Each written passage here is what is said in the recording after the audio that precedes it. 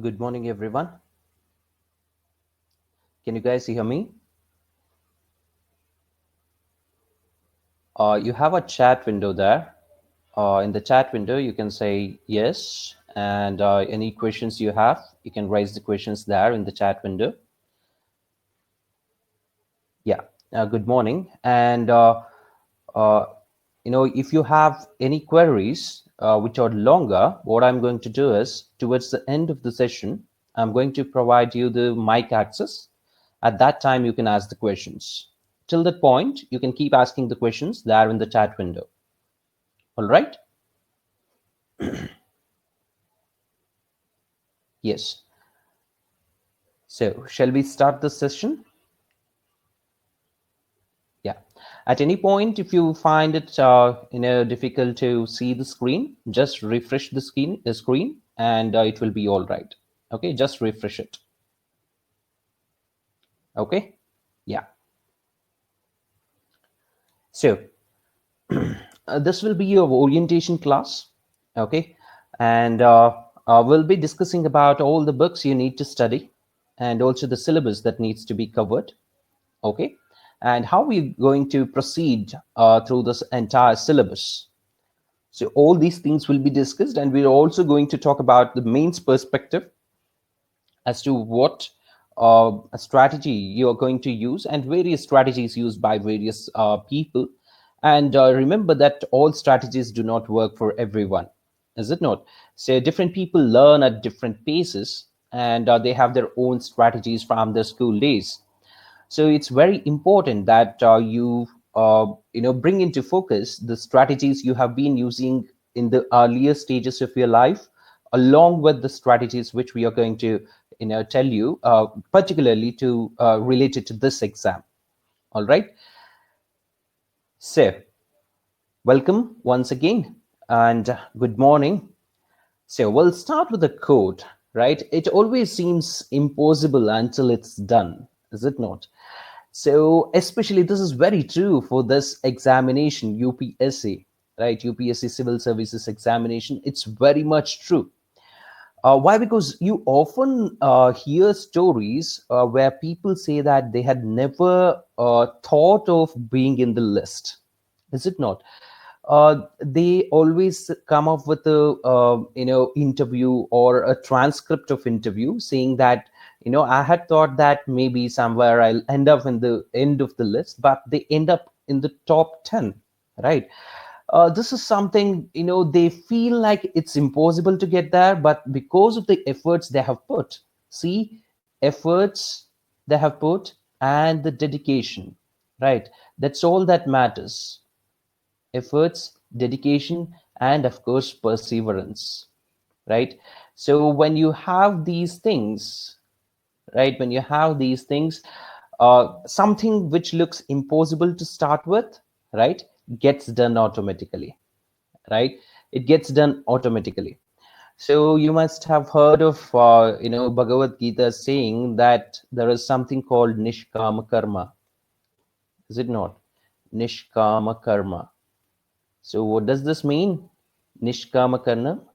So Shreyas, you just Shreyas and Sumant, what you do is you just refresh the page and give access to the mic. Okay, refresh the page and give access to the mic whenever it prompts you to. Okay, yeah, just hold on.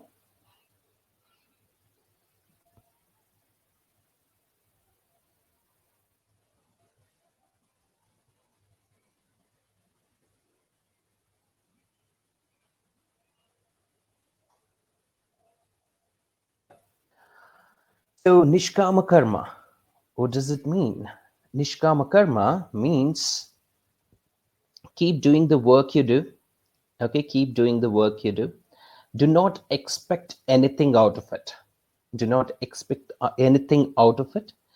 And karma is the work, and nishkama without any expectations, and you are going to get something very fruitful out of it. It's like saying you plant a tree, right? You sow the seed, you till the soil first, you sow the seed, then you water the a sapling, you watch it grow, right? You watch it grow. You're doing it just for the sake of it, right? You do not expect a fruit from it. And once the tree grows, once it becomes big, it automatically gives you, yeah. What about others? Others are able to hear? Others? Yeah, yeah, fine, great. Yes, thank you. So you water it, you watch it grow, and it grows big, and you don't expect a fruit from it. You don't expect a fruit from it, and automatically it gives you the fruits, it gives you the shade, and it gives you many other things as a tree, is it not? So your work should be like that. Do not expect anything out of it. Keep doing it with efforts and dedication, and have perseverance, right? The results will be yours. Okay. Yeah, there's quite a delay between video and audio. That's because of the internet speeds, right? Uh, yeah, that's because of the internet speeds. Okay, that's because of the internet speeds. Yeah, next. When it comes to this particular examination, okay, when it comes to this examination, when you look at this, it looks like the ball is moving through the maze, breaking the walls, and that's what you see. Is it possible for you to get through this examination by using some shortcuts, right? Is it possible for using shortcuts? uh, Actually, no, right? There are no shortcuts in this examination. You should always rely on some ideas. You have to generate some ideas, and there are some principles or rules, right? So the principles or rules heavily depend on the basics, right? They heavily depend on the basics. So there are no shortcuts at all, right? This diagram is wrong. Okay, you can't break through the walls. You can't break through the walls just like that. There are no shortcuts, right? What you have are some tricks. What you have are some tricks or tips which are going to help you to move through the maze. That's all you have. And those tricks and tips you're going to get only when you focus on these ideas and principles. All right. And next,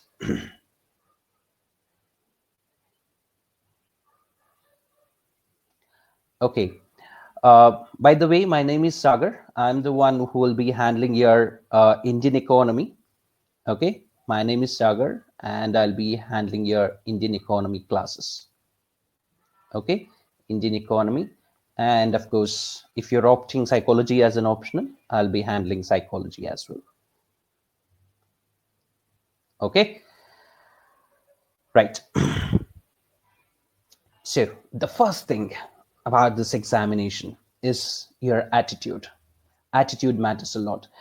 Make sure that you sink in, right? Make sure that all the things I'm going to say sinks in into your brain today. Okay, these things should sink in into your brain today itself.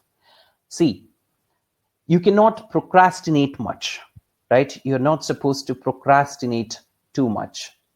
Procrastination means postponing stuff. Do not ever procrastinate. Okay, the more you procrastinate or more you postpone, the later you will enter the race. The later you enter the race, the less edge you have, always. For that reason, do not ever procrastinate or postpone any of your plans. So the attitude which we are talking about, what is the attitude you are supposed to possess? The first thing is you have to accept the fact that you are studying for a exam which is a marathon. It's a marathon. It's not a 100-meter sprint for that matter. In a 100-meter sprint, you are supposed to save your energy only for a short duration of time. But for this examination, you have to hold on to your energy, keep your energy levels high for almost 18 months. Is it not? So you're supposed to keep your energy levels high, right? Keep your energy levels high for almost how many months? 18 months. On the other hand, you must have studied for your graduation or any other examinations, post-graduation examinations. It does not require so much energy, right? It does not require you to hold on to the energy levels for so long, right? So you're supposed to hold on to the energy levels maybe for 1 or 2 months. You put in the efforts for 1 or 2 months. Worse still, some people study the last night and they get through the examination, right? uh, what I'm saying is, for this examination, it does not work like that at all, right? You have to completely dedicate yourself for almost 18 months, right? For almost 18 months. I'm talking about the entire examination, all the three levels of examination: prelims, mains, as well as the interview, all the three put together, 18 months of complete dedication. The second thing is, you have to ward off pessimism and embrace optimism. Yes, this, what is this pessimism, right? Having a negative outlook about something, right? Optimism is having a positive outlook. So what is the pessimism? The first thing that comes to your mind when you start the preparation for this examination is whether I'll be able to do it or not. Okay, there are so many things to study. Will I be able to do it? Will I be able to do it? It's a question you ask yourself. And when you look at the sheer syllabus of this examination, you'll be bogged down by the syllabus. You'll be bogged down by the syllabus, and you're going to,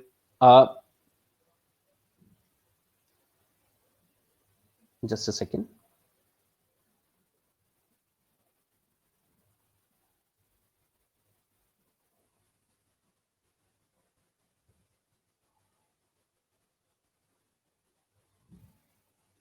Yeah. You're going to be bogged down by, the sheer syllabus and the vastness. So what are you supposed to do? What are you supposed to do? You're supposed to look at the syllabus, ingrain the syllabus into you, right, into your brain, and focus on the basics, right? It's just the basics you need to focus on. I'll tell you what the basics are. Uh, Connection keeps disconnecting. It's because of the internet on your side, Shreyas. Okay, find a stable connection, and it's going to work all fine. Okay, yeah. Thirdly, patience. Thirdly, it's going to be the patience part. Patience is a great virtue. It's a great virtue. So this virtue we are talking about, this virtue does not come to you until and unless you persevere about it. You have to persevere,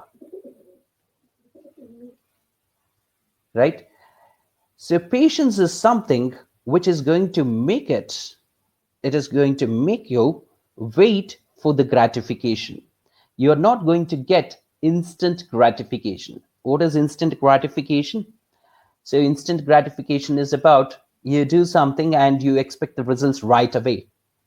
Is it not? You want food and you get the food. That's instant gratification.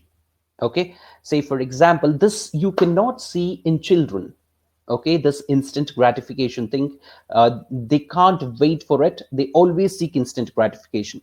I'll give you an example where, let's say, you give a child two small chocolates, and you tell the child that you hold on to these two chocolates till tomorrow. All right, and tomorrow, if you hold on to these two chocolates till tomorrow morning, I'm going to give you a bigger present.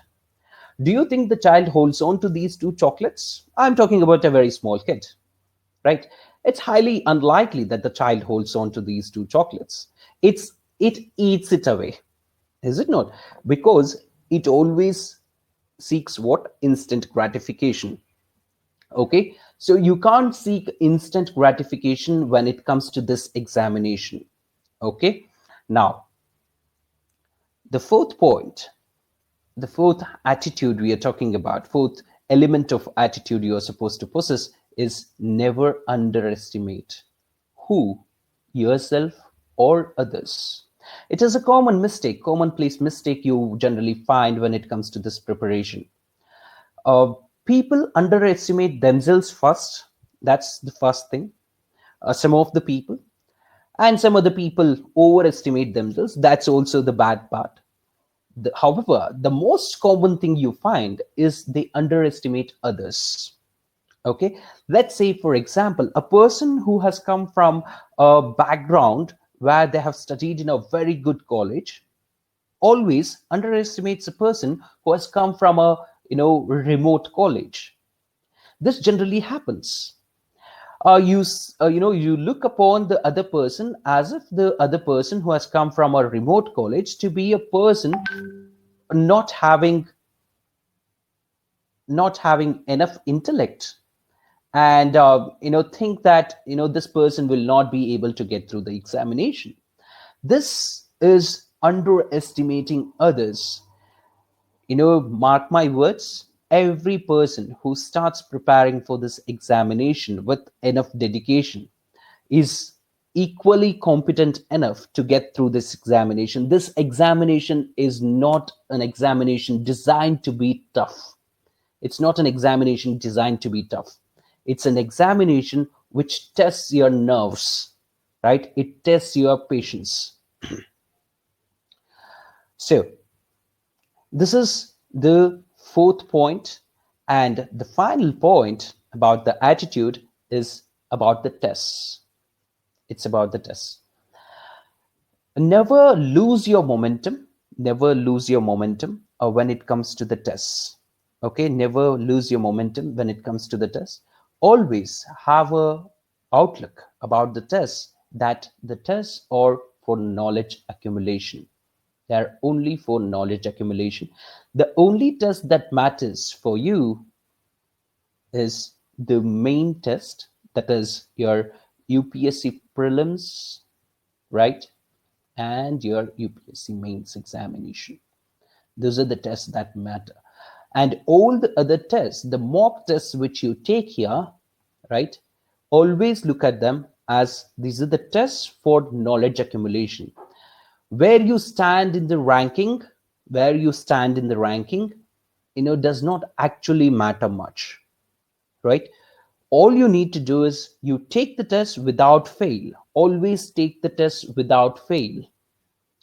Do not miss even a single test. How much you score in the test doesn't matter. What actually matters is after you complete the test, you get an answer key, you get the test solution, you have to go through the solutions and also analyze whichever options are given there. So what it does is helps you accumulate the knowledge.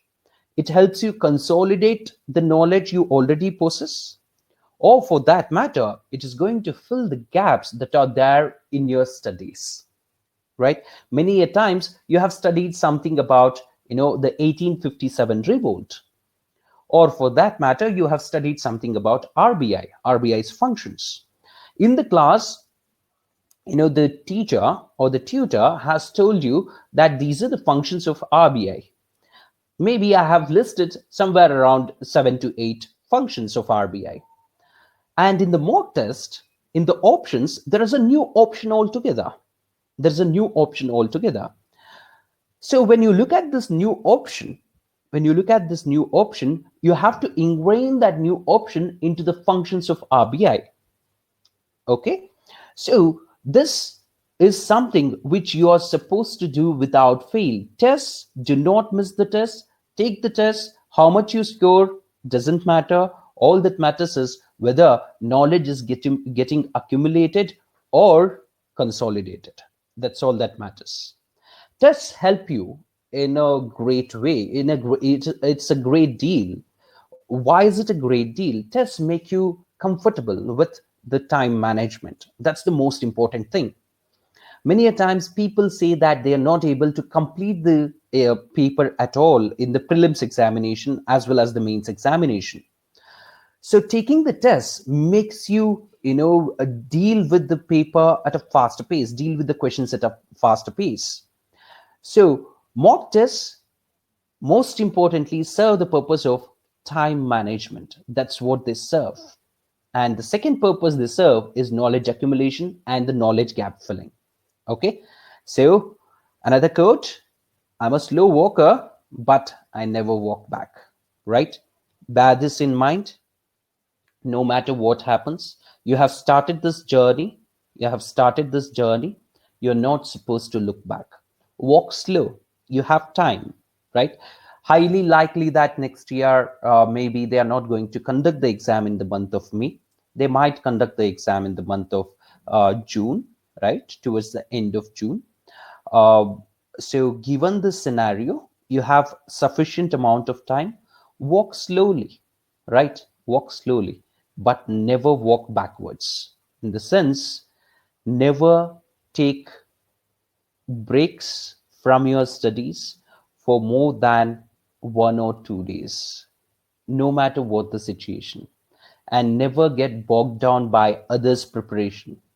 You always get demotivated when you look at the preparation of others. Somebody is studying fast, they have completed one complete book of Indian polity which runs into some 750 pages, and you are nowhere still. That should not make you walk back from the competition. Different people have different learning styles, they have different learning speeds. You can't compare yourself with a person who studies faster, is it not? Maybe towards the end, after the completion of the book, right, you have taken some 30 days to complete the book. The person had taken only 10 days. It doesn't matter. At the end of the day, what matters is how much you are able to retain, how much you are able to understand properly. So different people have different learning styles and different learning speeds. Okay. So never compare yourself with others as to how much syllabus has been completed. Okay, never do it. Okay, next is the guidance and mentoring, the next part in your preparation. The most important thing about guidance or mentoring is it makes you utilize less time and you'll learn more, right? You are going to use less time and learn more. This is where the classes come into picture, right? This is where classes come into picture. Let's suppose you attend 2.5 hours of class here. When you attend 2.5 hours of class, let's say I'm going to cover 10 topics, right? I'm going to cover 10 topics in the class. So this is when you attend the class. And about these 10 topics, we are going to discuss everything in and out of these topics, 10 topics. Now, if you don't attend the class, you do not attend the class, right? In 2.5 hours, you are able to cover 10 topics. If you don't attend the class, trust me, the same topics, which are a bit complex nature, right? The topics which are of a bit complex nature, and about which you do not know anything as of now, it would take a minimum of 7 to 8 hours to complete. It would require 7 to 8 hours. It's a minimum. Okay, that's a lot of difference. Why there is such a difference? The difference is, when I say that I'm going to cover 10 topics, about these 10 topics, you need not study anything apart from what is said in the class. But when you are studying on your own, what happens? You take up these 10 topics itself, but you have to search for what to study and what not to study, right? And secondly, you have to understand yourself, right? Understand yourself as to what these things are, right? Connections are to be made, analysis is to be made. So that becomes problematic when you are studying on your own, and you will be wasting a lot of time. This is precisely the reason. Do not miss any classes. It is like just 2.5 hours per day. That's all it takes, right? So do not miss any classes. The more classes you miss, the more 7 or 8 hours you are supposed to invest, right? So if you miss 10 classes, just imagine this, 10 classes is 25 hours. 10 classes is 25 hours. And translate it to, the number of hours you're going to spend on your own, it translates to 70 to 80 hours. That's a lot of difference. Okay, that's a lot of difference. So do not miss out on the classes ever. And secondly, do not take suggestions from the people who are from the non-UPSC field. Okay, do not take suggestions from the people who are not into this field. The reason is pretty simple. The arena here, right, the UPSC arena we have is completely different. The arena is completely different. So people might say, study this book, study that book, right? Maybe your peers who have started the preparation might say that this book is outstanding, right? This book is outstanding, or you come up with this strategy. This is working for other people. Why don't you come up with this? Why don't you use the same strategy? There will be so many suggestions from your family, from your friends, from many other people who are your peers. Never take any suggestions from the people who have not seen what's the civil services examination. Take suggestions from the people who have seen the ins and outs of this examination, who have been through the process, who have been to the prelims, who have been to the mains examination, who have been to the interview. Only these people can really tell you as to how this examination works, the pressure of the examination, right? What the examination expects from you as a candidate, right? So other people cannot understand this.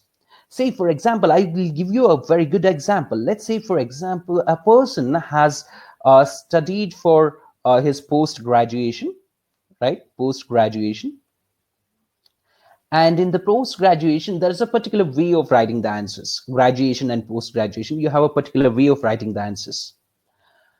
If you write the similar answer or a same answer, even in the UPSC, do you think you're going to get the same amount of marks which you got in the post-graduation or the graduation? Because you have the graduation subjects here as well as optionals. Are you going to get it? No way, right? Your approach has to be completely different. This is one of the reasons why we do not prefer having lecturers or tutors who are from the academic backgrounds, who have done PhDs or who have done their masters in certain subjects. We do not want them to be teaching you. We want people who have seen this examination in and out, right? These will be the people who will be teaching you. And thirdly, guidance or mentoring is for course correction as well.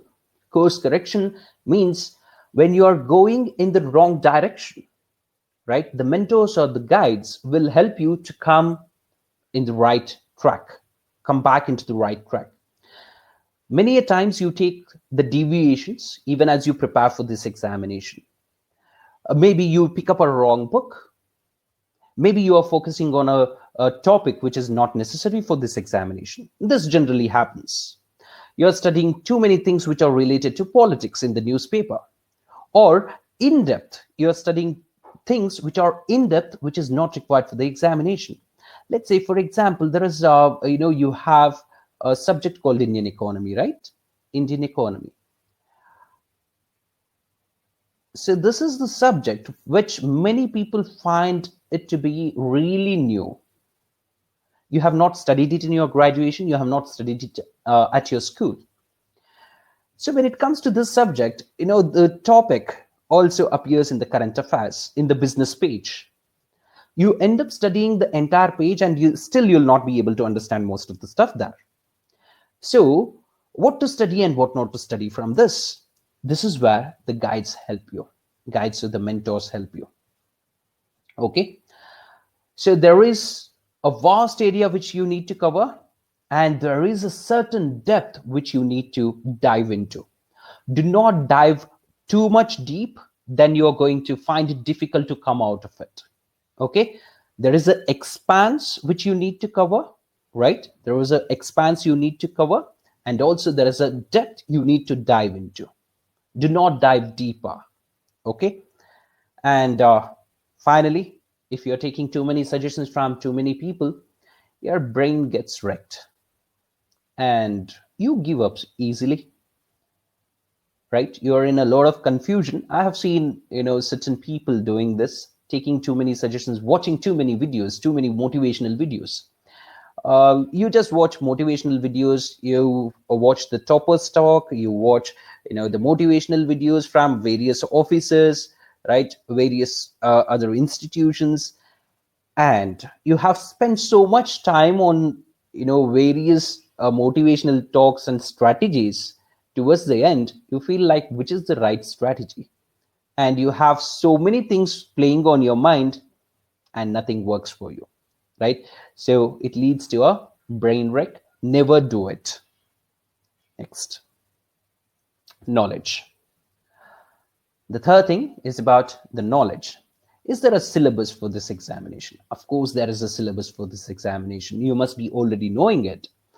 There is, of course, a syllabus. However, what people do not understand is that how to cover the syllabus. How are you going to cover the syllabus? It's a vast syllabus, of course. I agree that it's a vast syllabus. It is pretty vast.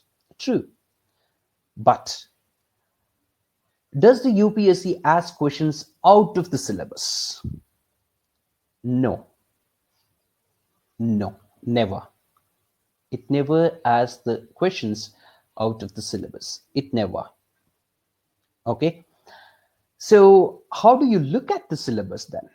You're supposed to look at the syllabus from the prism, from the prism of, from the prism of fundamentals.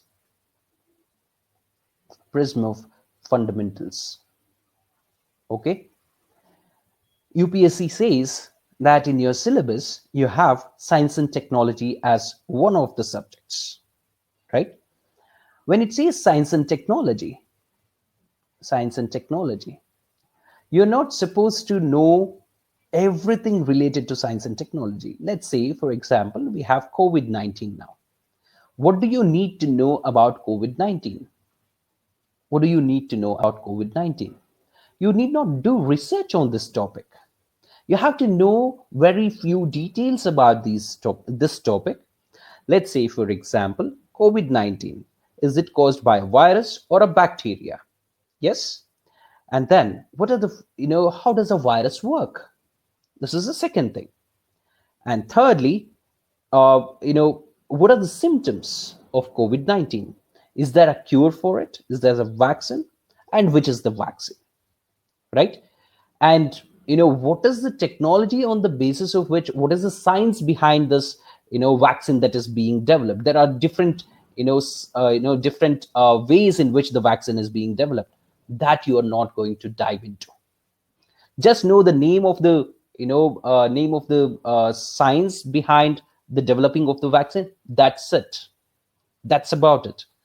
Do not try to learn about the research topics. It's of no use, right? It's of no use. Next. So there is a syllabus, there is a prescribed syllabus. As I told you, it's about the depth. How much deep are you going to dive into?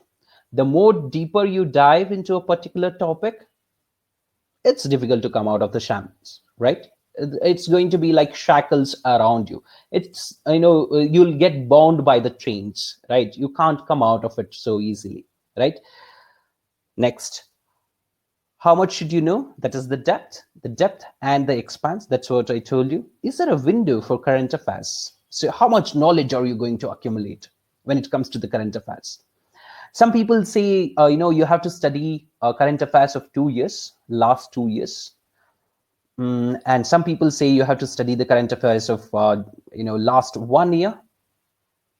Some people even say, study the current affairs of 3 years, right? Last 3 years. And some others say study only the current affairs of last 6 months. Now, which one is true?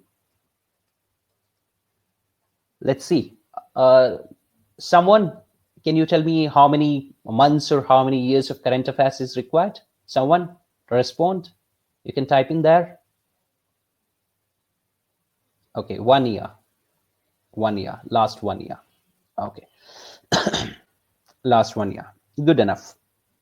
Now, look at this. Let's look at the cycle of this examination. Okay, let's look at the cycle of this examination. The cycle goes like this. Let's suppose the exam happens in May, right? This is your prelims examination, right? So next you have the main examination in the month of, October. This is your main examination. And you have your interviews in the month of February, right? In the month of February, you have the interviews. So this is how your, a process works. This three-stage examination works. Now, the next year examination is the month of May. Is it not? The next examination is in the month of May. So look at it.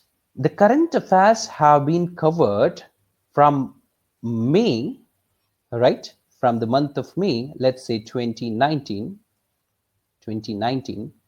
This is also 2019, and this is 2020. So we are talking about May 2020, the exam, which did not happen, of course, May 2020. So what current affairs have been covered by this examination already? Look at this. The exam happened in the month of October, right? That is your main examination.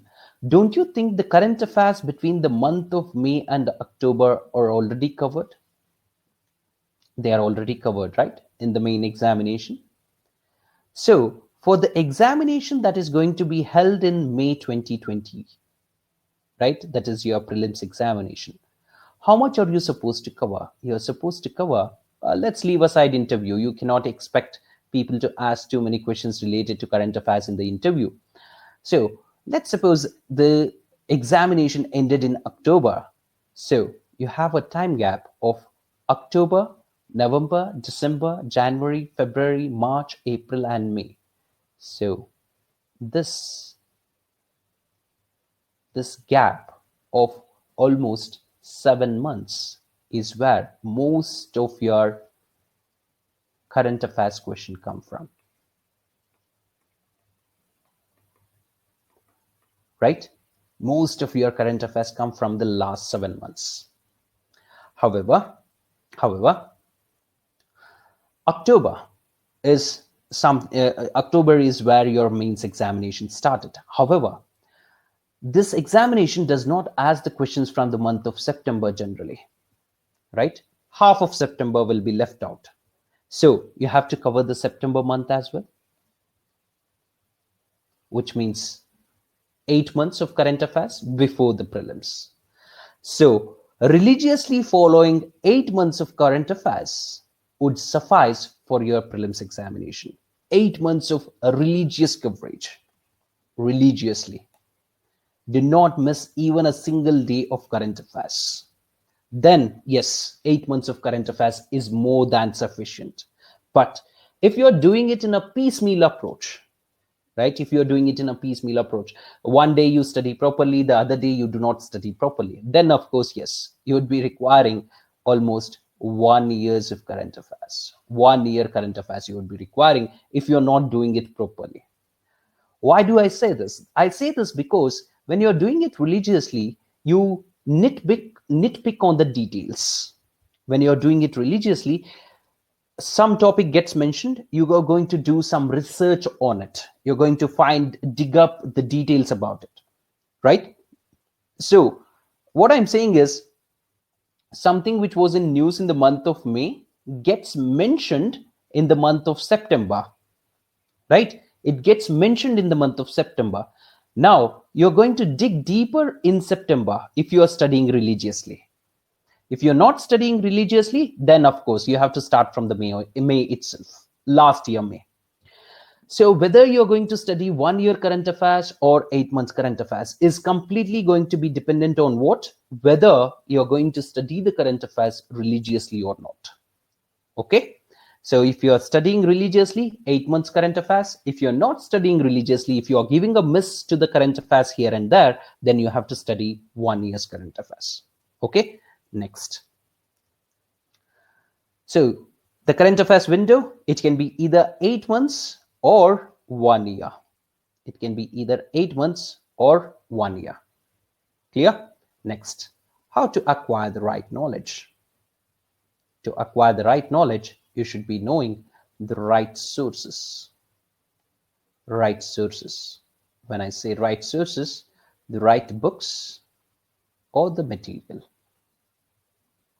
Right books or the material. The problem is you have too much information out there today. TMI. There is too much information out there in the internet, out there in the market. You have too much information. Which books to refer to, which material to rely upon is something which is going to cause you a lot of pain actually. Even as you start this preparation, uh, you're going to come across a lot of material. Do you have to hold on to all this material? Do you have to store this material and start studying without any breaks at all? If you're talking about history, I can list you somewhere around 20-25 books today, which are all reliable, of course. They're all reliable, of course. Now, the problem is, can you study all the 25 books? That's the question, 20-25 books. It's impossible for you to study all the 20-25 books. Then what are you supposed to do? You are supposed to narrow down on a particular set of books for each subject. Just focus on those particular books. Never venture out of these books, no matter what other people say. People are going to say this book is good, the other book is good. No, never go for other books. Choose or pick particular books for particular subjects. Stick to those books till the very end. Revise the same books multiple times. Revise the same books maybe 5 or 6 times. That gives you better returns than you studying 5 to 6 books. Choose the right books and stick to them. I'm going to give you the book list. Okay. I'm going to give you the options as well as to which book to study first and which book is the next stage book. Okay. I'm going to give you the book list in stages. Never try to study the books of all the stages at once. It is not going to work for you. All right. Next. So that's about how to acquire knowledge. Now, coming to the most important part, the syllabus and the books. I would request you guys to make a note of this book list. Okay, I would request you to make a note of this book list, or else just pay attention here, and you can go for I'll send you this entire PPT later on.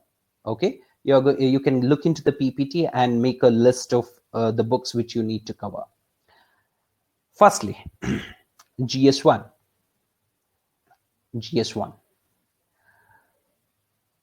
So for people who do not know how the structure of the examination works, here is the structure. Prelims examination. You have 2 papers, GS1 and GS2.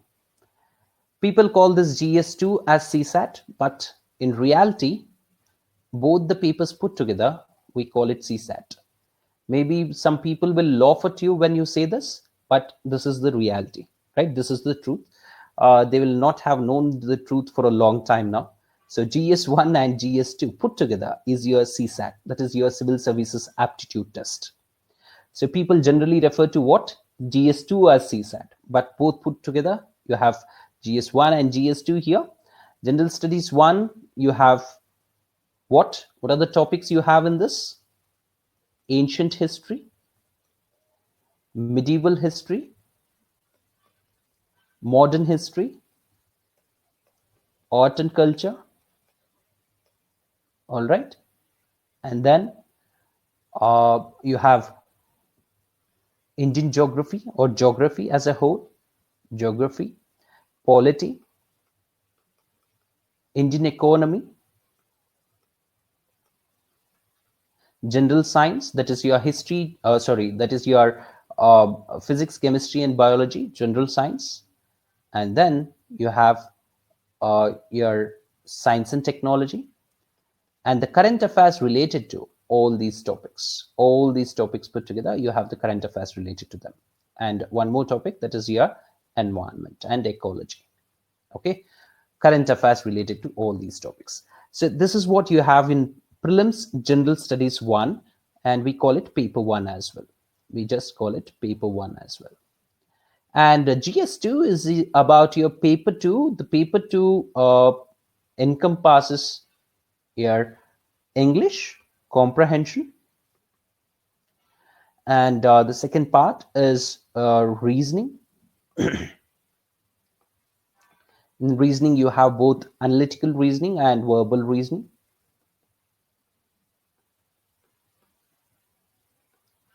And thirdly, you have numericals, numerical ability. And finally, you have decision making. So the nature of this prelims examination is objective in nature. In both the papers, you have 200 marks each. Okay, 200 marks, and here 100 questions you have. So a negative marking of 0.67 negative mark for every wrong you make. And in this paper, you have again 200 marks, right? You have 200 marks. You have only 80 questions here. Each question carries 2.5 marks here, and the negative marking would be 0.8 is the negative marking for every mistake you make. Now, this paper is only qualifying in nature. Paper 2 is only qualifying in nature. All you need to score is how much? You need to score only 67. Okay, this is for starters. This is for the people who are just starting now. All right. And in the paper 1, how much are you supposed? Whether you go for the mains examination or not is going to be decided by your prelims examination, right? So in paper 1, you're supposed to score, effectively, you're supposed to score somewhere around 105 to 110, let's say 110. You're supposed to score 110 to be on the safer side. What about this? What about this? Here, all you need to score is 67. Even if you're scoring 167, it doesn't matter. So minimum you have to score 67. And in this paper 1, you're supposed to score as much as possible. As much as possible. Okay. Now,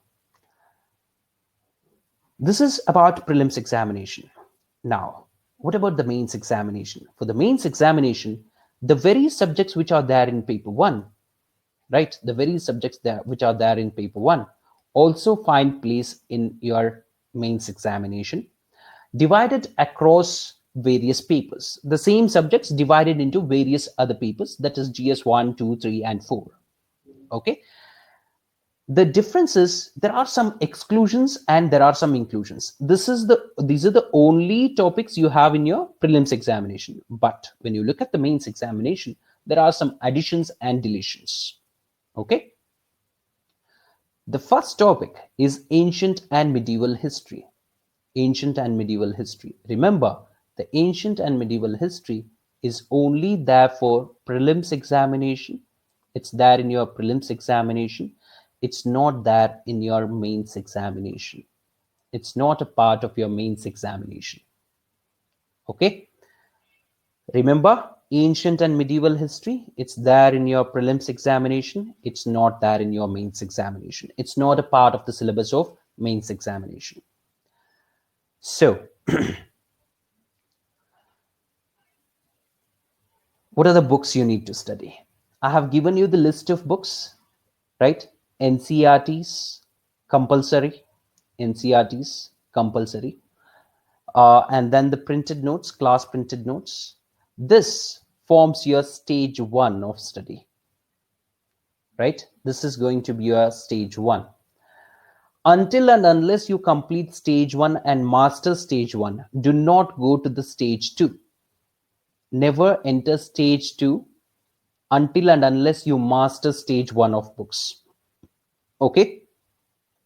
So, class notes or the printed notes along with the NCRTs are going to be your stage 1. Till you master it, do not take up the other books. Okay? So, I'm going to share this thing with you. You can go through this and you can make the mends accordingly. And next, you have modern history. When it comes to the modern history, it is going to be independence struggle and post-independence India. Again, here there is a catch. The independence struggle, right, in modern history is going to be a part of both your prelims as well as mains. It is going to be a part of both prelims as well as mains. Whereas post-independent India is not a part of prelims. It's not a part of prelims, but it is a part of mains. Right? Post-independent India is after 1947, is it not? So your freedom struggle is there in both your prelims as well as mains examination, whereas post-independent India is only there for mains examination. It's not there in your prelims examination. It's very important you keep these things in mind. Okay? It's very important you keep these things in mind.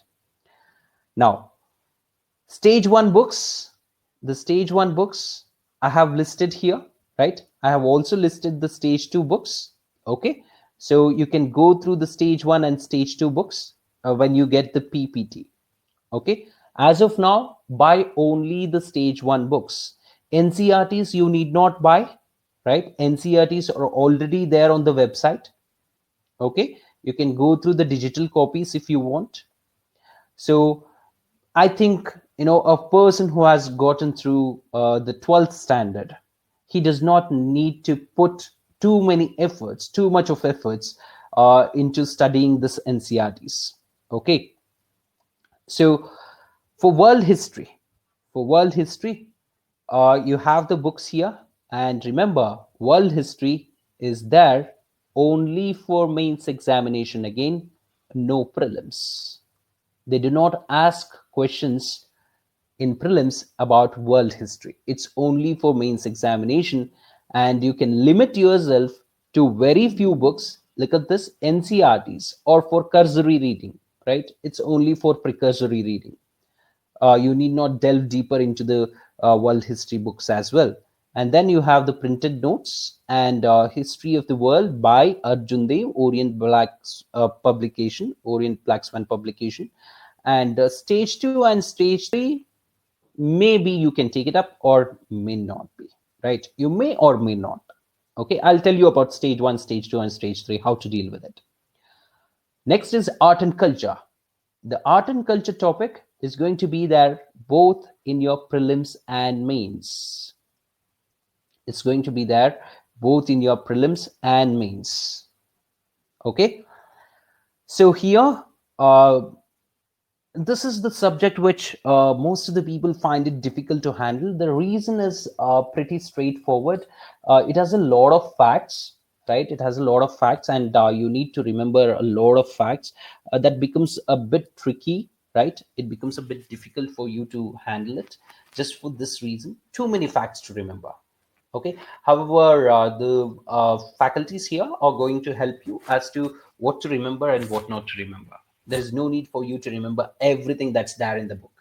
Okay, they are going to give you some tricks, pictorial representations, and also a trend, right, which is going to actually help you to remember these things. Okay, next, Indian society. Indian society again is a topic which is there both in your prelims and mains. It should not pose you much of a problem. Why? Because most of the times the questions you get from Indian society are very generalistic in nature. Understanding the concepts in Indian society is pretty easier. Why? Because these are the things which you have come across in your day-to-day life. For example, poverty is an issue here, right? Poverty, inequality, these are the issues you have. Regionalism, right? These are the things which are there out there in open in our society about these things, and also the recent events. So you'll be abreast with the knowledge about these things. Why? Because you see it from close quarters quite often. So Indian society is not a topic which is going to cause you a lot of trouble, right? And the next one is Indian geography and world geography. This is one subject, right? This is one subject where you need not venture out of NCRTs at all. NCRTs and the class notes. You need not study any other book. You need not study any other book at all. One book you need to refer to apart from class notes and NCRTs is, of course, your atlas. You need to keep referring to atlas, quite often. Always make sure that whenever you come across a name, come across a place in current affairs, always make sure that you open the atlas and see where that place is actually located, right?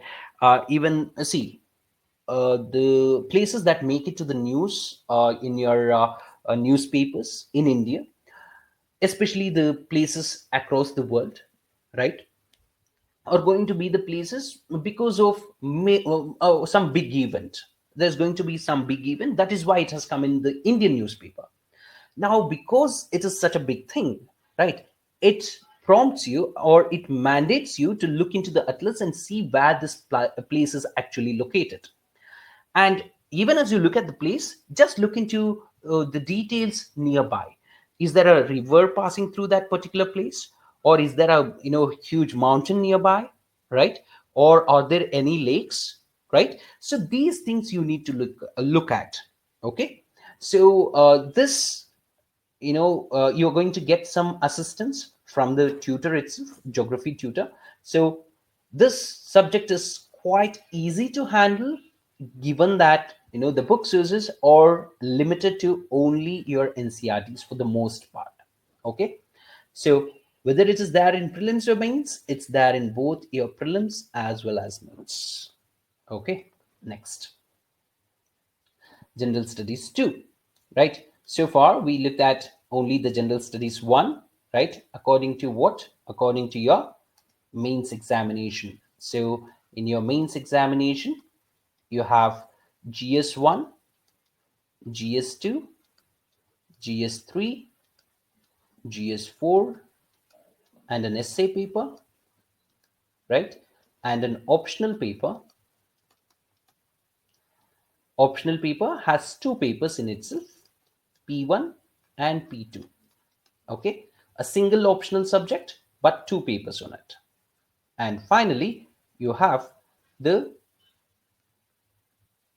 compulsory papers, compulsory language papers. So here you have one related to English, which is compulsory, and two, the compulsory paper is going to be your mother tongue paper.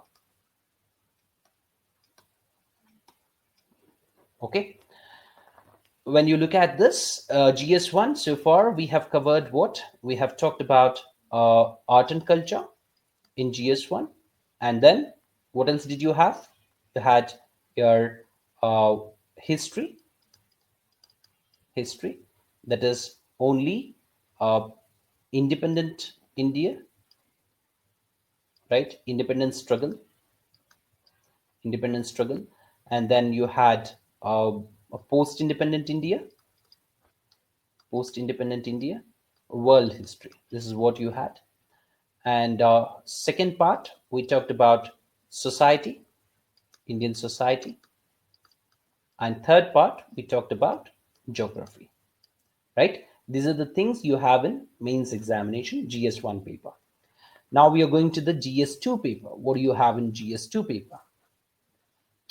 In the GS2 paper, Indian polity and governance, this is going to be common for your both prelims and mains again, right? In both prelims and mains you have. The book list, here you need not study the NCRTs in depth. A cursory reading, a simple reading, a single reading would suffice here, right? A single reading would suffice here. Very basic knowledge you're going to get from the NCRTs, because you have a very standard book which most of the people refer to. That is your Indian Polity by M. Lakshmikant, right?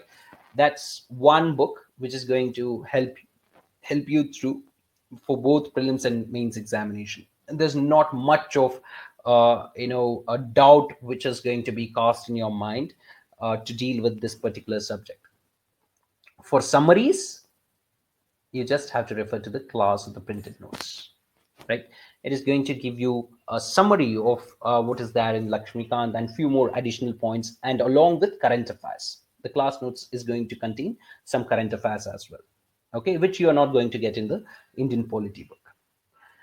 And for stage 2, that is governance in India, I would not suggest you to go through this book entirely, right? You're going to go through the current affairs itself in a proper manner. That would suffice. Okay. A subject specific tutor is going to help you deal with these things, right? Particulars of what topic to study from which book. And then you have international relations as a part of your GS2. Here, it is a highly dynamic topic, a very highly dynamic topic. You have to be abreast with the knowledge when it comes to your international relations. You're going to get only a few questions from this in your prelims as well as mains. In prelims, very basic questions you're going to get. Even if you are studying the newspapers, just the headlines, you'll be able to answer these questions in prelims examination. In mains, however, you have to do some analysis. In order for that to happen, you should study the current affairs properly, right? So sometimes you need to make references to MEA website, Ministry of External Affairs website. And if you want to have a solid backgrounder, about international relations, this book comes in a really handy, right? I would not say that this book is a book for academic purposes, or for that matter for the examination purpose. But if you want to understand the international relations of India with other countries, this is going to be a really, really good read. That is Pax Indica by Shashi Tharoor. Okay, it gives you a solid idea as to what sort of relations India has developed with other countries and why it has developed so. Okay, it is going to give you a solid backgrounder. Okay, so that's about your international relations and diaspora.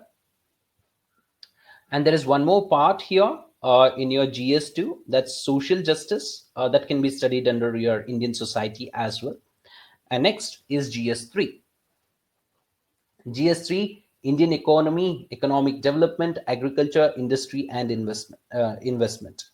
So this topic is there for both your prelims and mains, of course, right?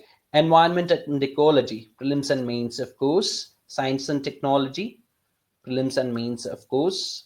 Okay. Remember, physics, chemistry, and biology, that is general science, is not there in your mains. Okay, it is not there in your mains examination. Only science and technology is there in your mains examination as well as prelims, but general science, that is your physics, chemistry, and biology, is not there in your mains examination. Clear? And the book sources are here. You need not study the physics, chemistry, and biology from all the classes in NCRT. Only till class 10. In class 12, only biotechnology chapters. 11th and 12th, physics, chemistry, biology not required. Only 12th standard biology, only chapters related to biotechnology. Okay, and apart from that, you're going to get the printed notes or the class notes, which you're going to get it as PDFs. Okay, and next, internal security challenges and disaster management. This is going to be completely only for mains, not for prelims. Only for mains, not for prelims. So now you understand how the structure of this examination is. There are inclusions and there are exclusions when it comes to your prelims and mains examination. And finally, you have the Gs4 paper. This Gs4 paper is exclusive for your mains examination, completely different from what you have in your prelims examination. This is going to be only for mains examination, and this is your ethics, integrity, and aptitude. Ethics, integrity, and aptitude. It's a subject which has its roots in philosophy. It basically has its roots in philosophy. You need not study philosophy in order to understand this subject. You have to have, a right sense of right and wrong, and you have to. Yeah, this subject is more about giving reasons, proper reasons, right? It's about giving proper reasons. If you say stealing is bad, right? If you say stealing is bad, the question will be, stealing is a good thing or a bad thing. Okay, let's suppose the question is stealing is a good thing or a bad thing. You're going to say stealing is a bad thing, right? Almost everybody sees that stealing is a bad thing. You're not going to get the marks for this. You're going to get the marks for the reasons you give.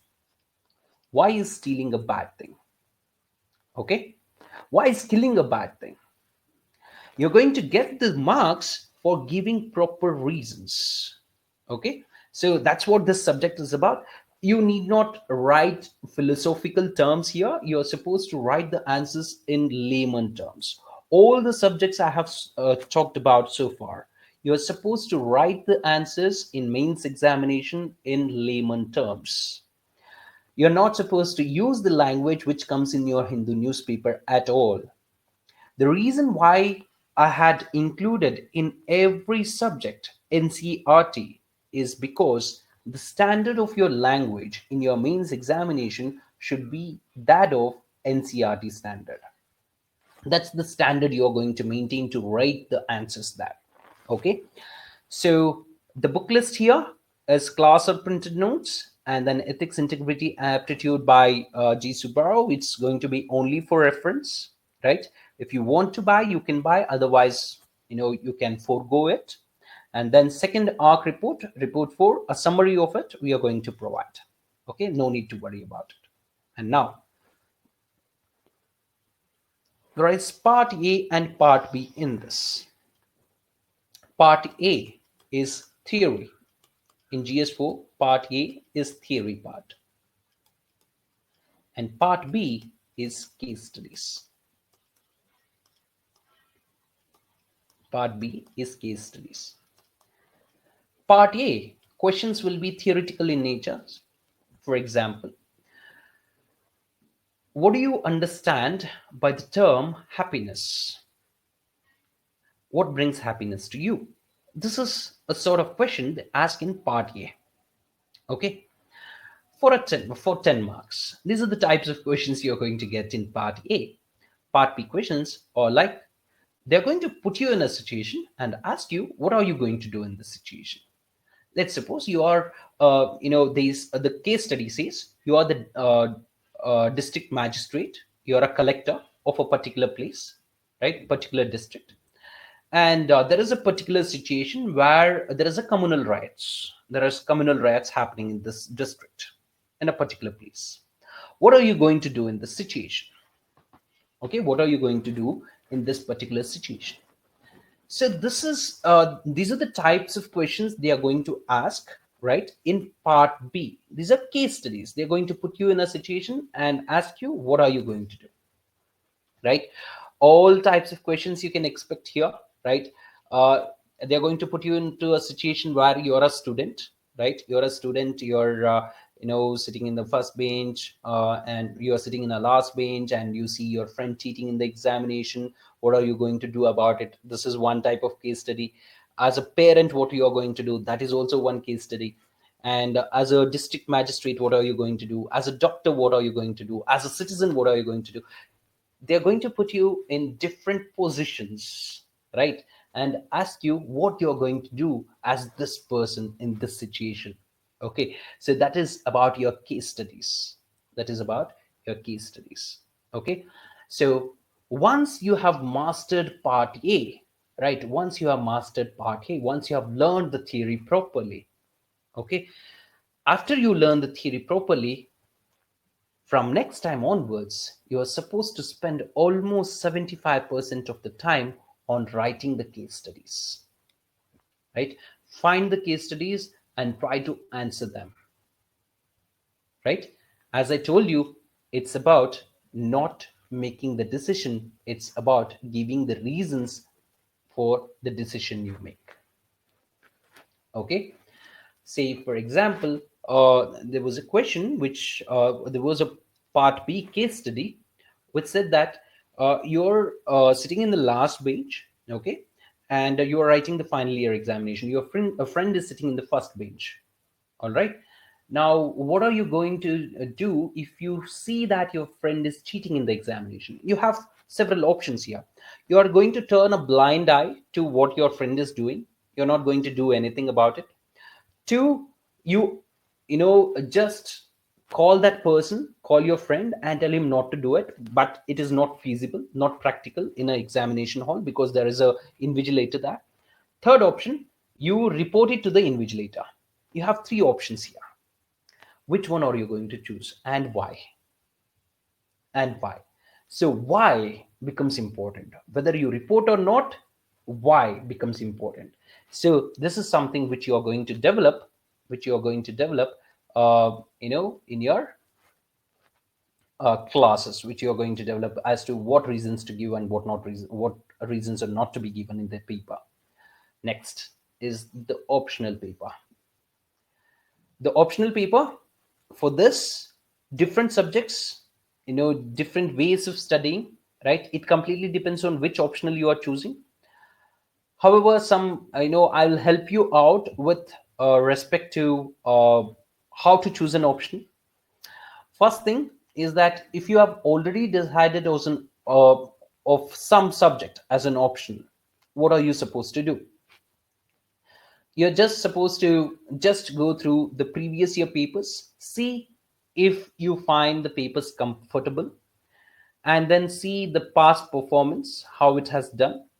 And if these things are okayish, you can stick to that particular optional. For those people who have 2 or 3 optionals in mind, for these people, this checklist is going to help a lot. If you have 2 or 3 optionals in your mind, you have to have this checklist. What is this checklist about? 1, 2, 3. From these 3 sources, any of these 3 sources, pick up 2 chapters. 2 chapters from these 3 sources related to the subjects which you are thinking about. Let's say, for example, you have sociology in mind and political science in mind. You have sociology and political science. You're not able to decide between these 2 subjects. What you do is you take out ignore material related to sociology and related to political science. Study 2 chapters from the ignore material related to both sociology and political science, and then you just go to the interest part. Whichever subject interests you the most, just choose it. Previous year question papers, you have to solve them, right? If you are really good at the literature subject, I'm talking about the literature subject, let's say Kannada, Tamil, Malayalam, and then you have Telugu, Assamese, Manipuri,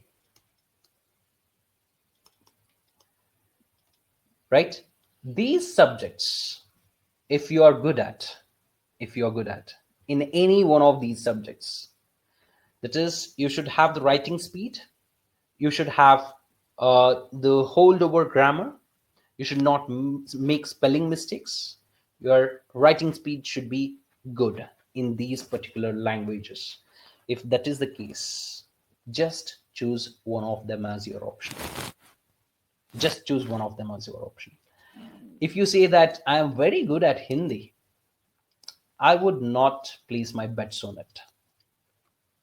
If you say I'm very good at English, even then I would not place my bets on it. No. But if you're good at these are the regional languages, right? These are the regional languages, South Indian languages and the Northeastern languages. If you're choosing these optionals, literature subjects is optional, you have a better chance, provided your your language should be really good, right? In such a scenario. Now, for other people who are not good at languages, what are you supposed to do? If you have two optionals in mind, right? Study two or three, study two topics or chapters from any of these sources, basic sources. Wherever you find the interest, choose that as an option. Do not think too much. Do not go with the past performance alone. Do not think last year anthropology has done really well, so I'm going to choose anthropology. The problem is you have to stick to the optional for almost 1 year. Is it not? You are supposed to stick to the optional for almost 1 year. It's really difficult for you to stick to the optional subject for 1 year if you don't have interest in it. Okay, choose an optional only on the basis of interest, only on the basis of interest. So the only optional I would say do not go for is geography. Apart from this, choose any other optional.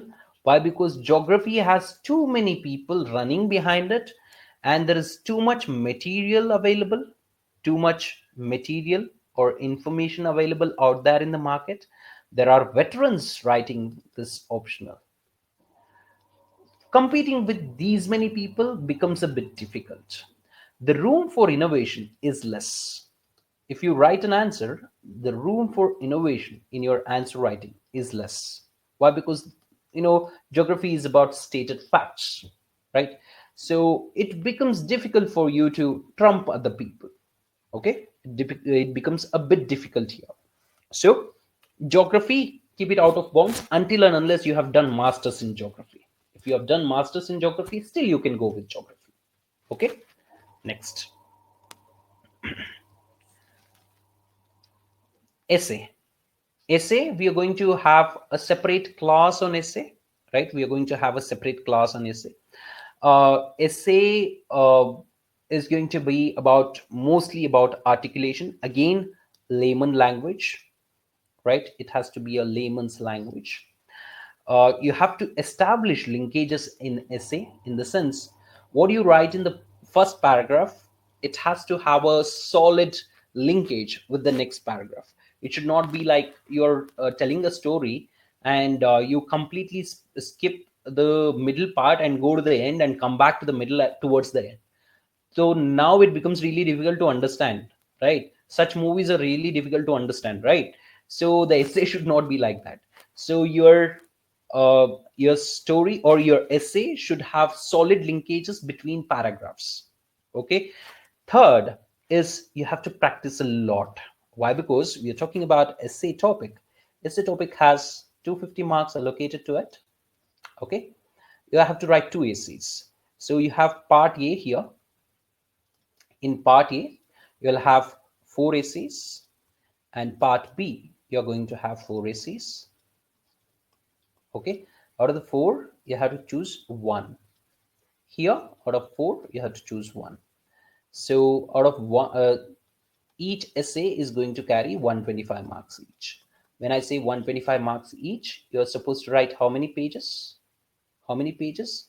So let's say you are supposed to write 10 pages each, or 10 to 12 pages, supposing that each page has 100 words.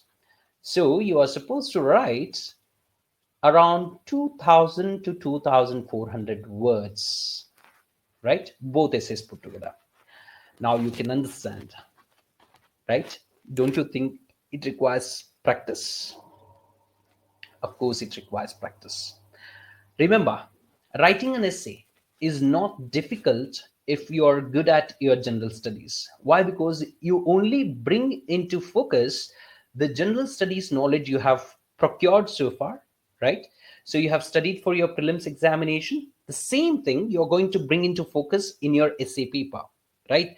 So All that you have studied for prelims and mains examination, you're going to bring it together in the essay paper, right? So there is no separate effort you need to put for essay paper except for practicing writing essays for 10 to 12 pages continuously. Okay, so it should be a lucid language, simple language you are supposed to use. There should be diversity. You should give multiple viewpoints. Why? Because essay does not belong to a particular subject, right? It does not belong to a particular subject. So let's say, for example, they have asked a question about essay topic about women, right? Women empowerment. So what are you going to write about it? Right? You cannot just keep cribbing about violence against women, other things, gender disparity, only these things. No, you have to look at it from the historical perspective, from the geographical perspective, from the economic perspective, from the social perspective, from the political perspective, from all the perspectives, psychological perspective. So you have to give perspectives, is it not? So that brings diversity to your essay. The more diversity, the better chances. And next, quotes. Are you supposed to write quotes in your essays? They are overrated, right?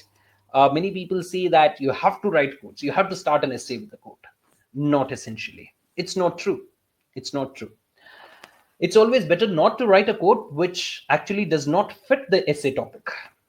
Is it not? Write the quotes only if you know the quote properly and fits the essay properly. It has to fit the essay properly, and do not put in a quote which you do not know fully.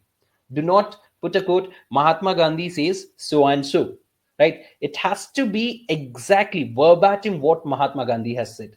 You're not supposed to change the words here and there. You're not supposed to do it. If you make a mistake there, then you are going to lose marks instead of gaining anything from the quotes. Okay. And next is never write in pointers. Essays, no pointers. Essay, always in paragraphs. Okay, no pointers. Always bear it in mind, no pointers. Next, GS knowledge would suffice for sure. And finally, we have what is called as a framework, and you have to take a stand. What is this framework about? See, before you start writing an essay, so we are talking about 250 marks here, part A, part B, you have to write one essay each. So you're going to get 1.5 hours for each essay, 1.5 hours for each essay to write. That's a lot of time considering you just have to write 1,000 words or 1,200 words in 1.5 hours. That's a lot of time actually. So what are you supposed to do? The problem is, if you start writing an essay, the moment you see the question, the chances are that you start writing somewhere in the middle of the essay, you realize that I was supposed to write this point at the starting, right? So this you realize when you are at the middle. Now you are going to draw the arrow marks like this. Okay, this has to come here, this has to come here. It all looks very shabby, right? It does not look good at all, right? It does not leave a good impression on the evaluator as well. So what are you supposed to do? Generally, the idea is that for both the essays, you're going to put a framework, right? A framework. Towards the end of the paper, you have rough sheets, right? In the rough sheets, you're going to put up a framework as to what comes in the starting, what comes in the middle, and what comes in the end, which are the pointers you are going to include in each and every part of the essay. And for two essays, you're going to take almost 1 hour. 1 hour, or some people even go to almost 1.5 hours just on framework. Just on framework. Why? Because as I told you, it's about establishing proper linkages and articulating it properly, right? Once you have the framework ready, writing the essay is not difficult, right? All your mental energy will be put in this 1 hour. The physical work comes later. The later half is the physical work. That is, writing part is the physical work. The mental work should be completed in the first 1.5 hours itself. Okay, this you are supposed to keep in mind. And then you have to take a stand. Suggestive criticism. If you have a type or a particular topic where you're supposed to say something to the something against the government, okay, take a route which is suggestive criticism, right? It should be a suggestion, at the same time it should look like a criticism as well, right? It should not be like, the government is stupid, right? That person is stupid, right? So the president is not good enough. No, you can always say that these are the changes that need to be made. This is how it is working. It's not working fine. This is the suggestion. Now it looks like criticism as well, is it not? So this you are supposed to keep in mind. Okay, next. The golden key to success in this examination, of course, is once you get through the prelims examination, which I'm sure is not much of an uphill task, provided you are dedicated to the cause. The golden key to success in this examination is essay, ethics, optional paper, and your writing practice. That is, we are talking about mains examination only here. Essay topic, it is 250 marks. Ethics, it's 250 marks again.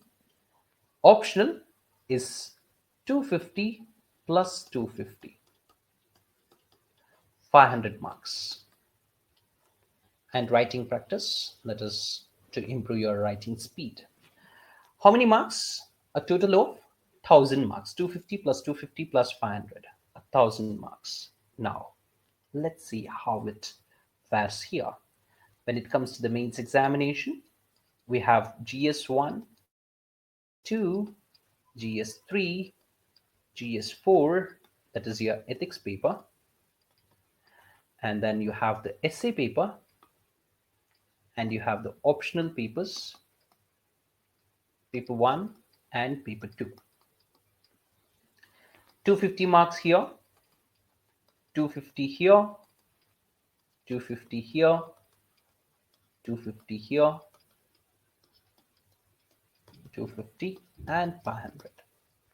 Now, I singled out these three topics, which amounts to 1000 marks.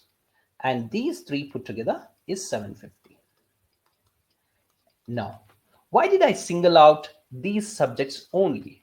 Remember, these are the subjects which are exclusive to mains. Exclusive to mains examination. These three are almost common to both prelims and mains. If you want to gain an edge in this examination and if you want to see success, your focus, maximum focus, should be on these subjects. Why? Prelims and mains common subjects, GS1, 2, 3.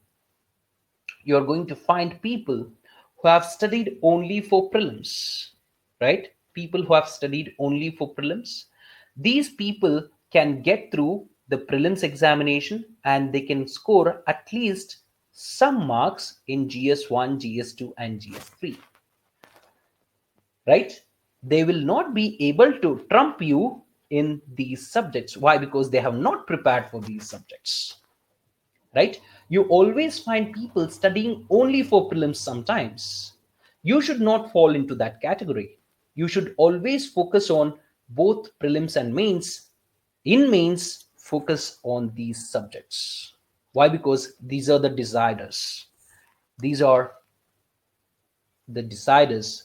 It is the golden key. That's the golden key. These three subjects. Focus much on these three subjects, right? However, remember, in order to master essay, you should be good at general studies. That is, study the general studies subjects properly, basics, cover the basics properly, and then ethics is separate and optional is separate as well. These are exclusive subjects. You have to focus on these subjects in order to come out with flying, flying colors with in your mains examination. And finally, Of course, after your mains examination, you have your interview. You have your interview. In interview, you have 275 marks allocated for it. So your rank will be dependent on how much you score out of 1750 plus 275, 2025. How much marks you score out of 2025 will decide your rank. Now, your interview score is completely subjective in nature. It depends on the mood of the person who takes interviewer that day, right? The time of the day as well. So it's a subjective thing. Do not leave too much to the interviewers, right? Gain as many marks as possible in the mains examination itself. If you want to score more in mains examination, of course, you have to focus on these things, right? Do not leave too much to the interview to decide your fate. All right? Fine. The next part, yeah, you may delay it, but time will not stop for you, is it not? If you're starting the preparation, start from the day one, right? So today, take a break.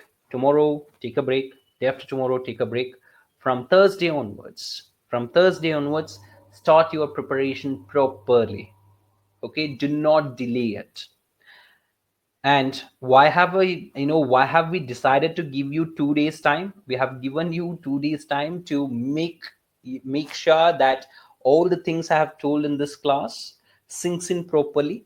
You go through the syllabus properly. Syllabus should be on the fingertips. All the subjects, all the syllabus should be on your fingertips. All the subjects, all the syllabus should be on your fingertips. You can refer to the syllabus from the UPSC website, or it is available on our website as well, right? www.legacyis.com. You can go to the About tab. Under the About tab, you have syllabus. Okay, go there. You're going to find the syllabus.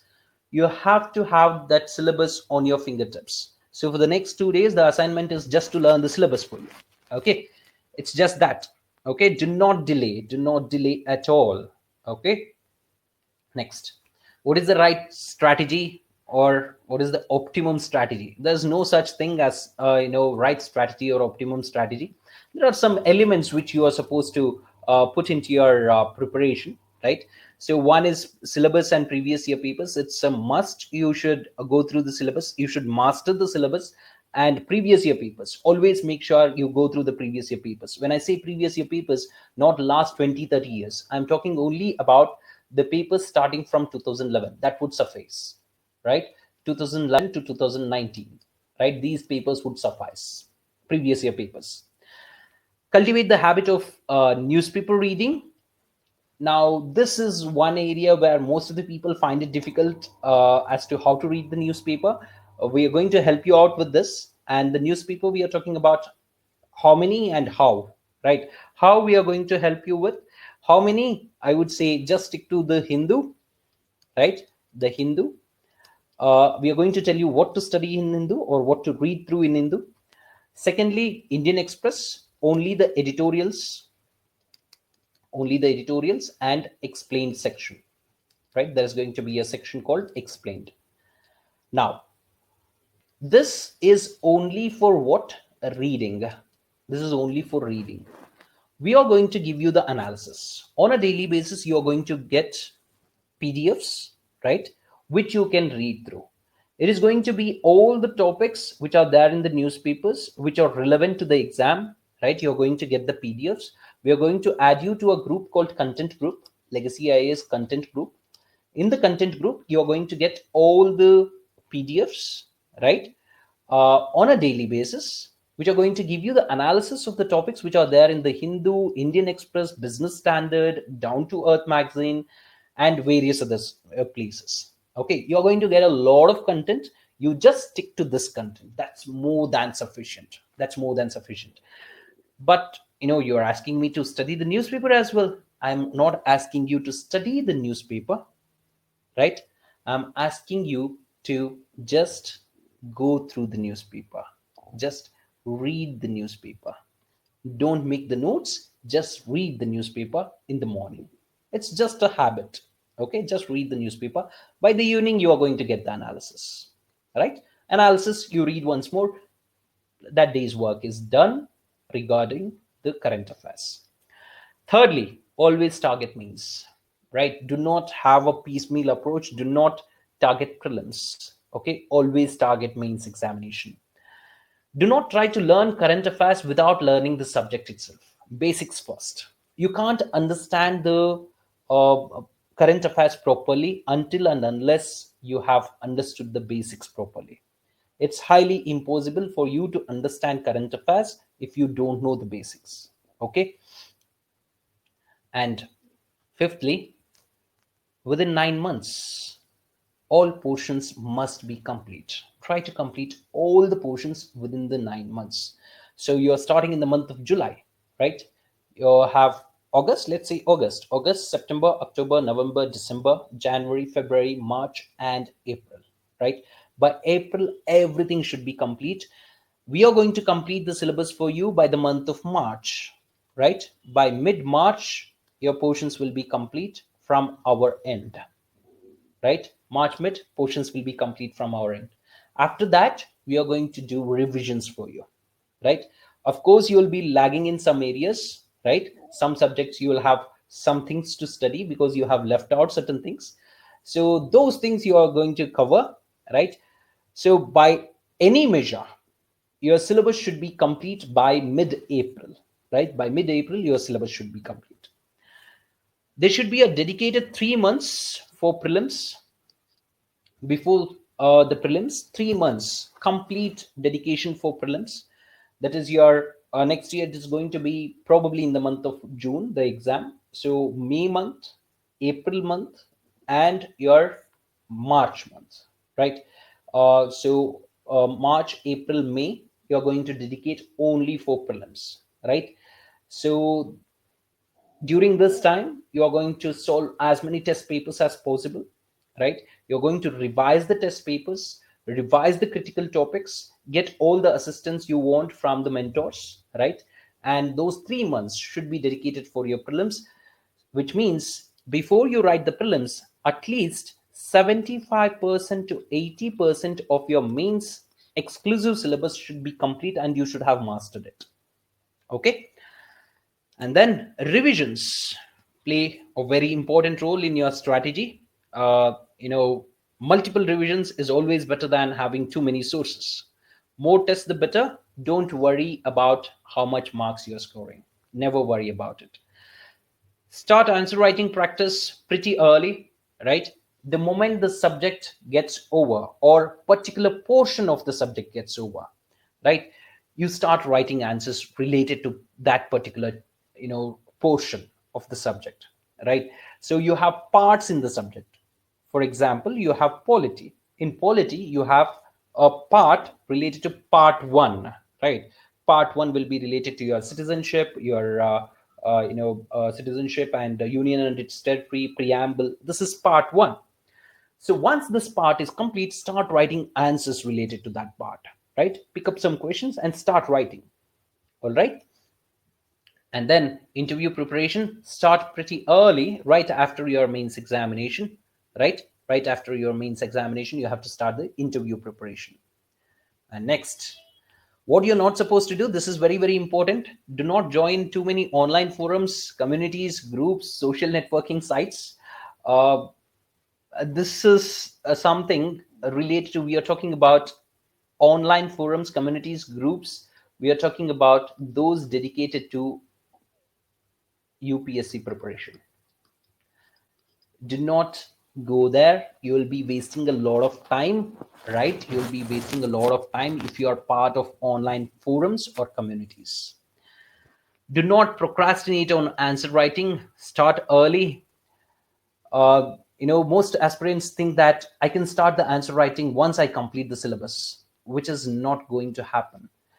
At best, you'll be able to complete 85% to 90% of your syllabus. Always that 10% syllabus is going to remain, right? So that 10% is always going to remain, as a as a drawback for you, right? That 10% is arrear, right? That is always going to remain. You need not worry about it. 90% syllabus if you have covered, you should be really, really extremely happy, in fact. Okay, so do not wait for yourself to complete the syllabus to write the answers. As I told you, the moment you complete a portion of a subject, start writing answers.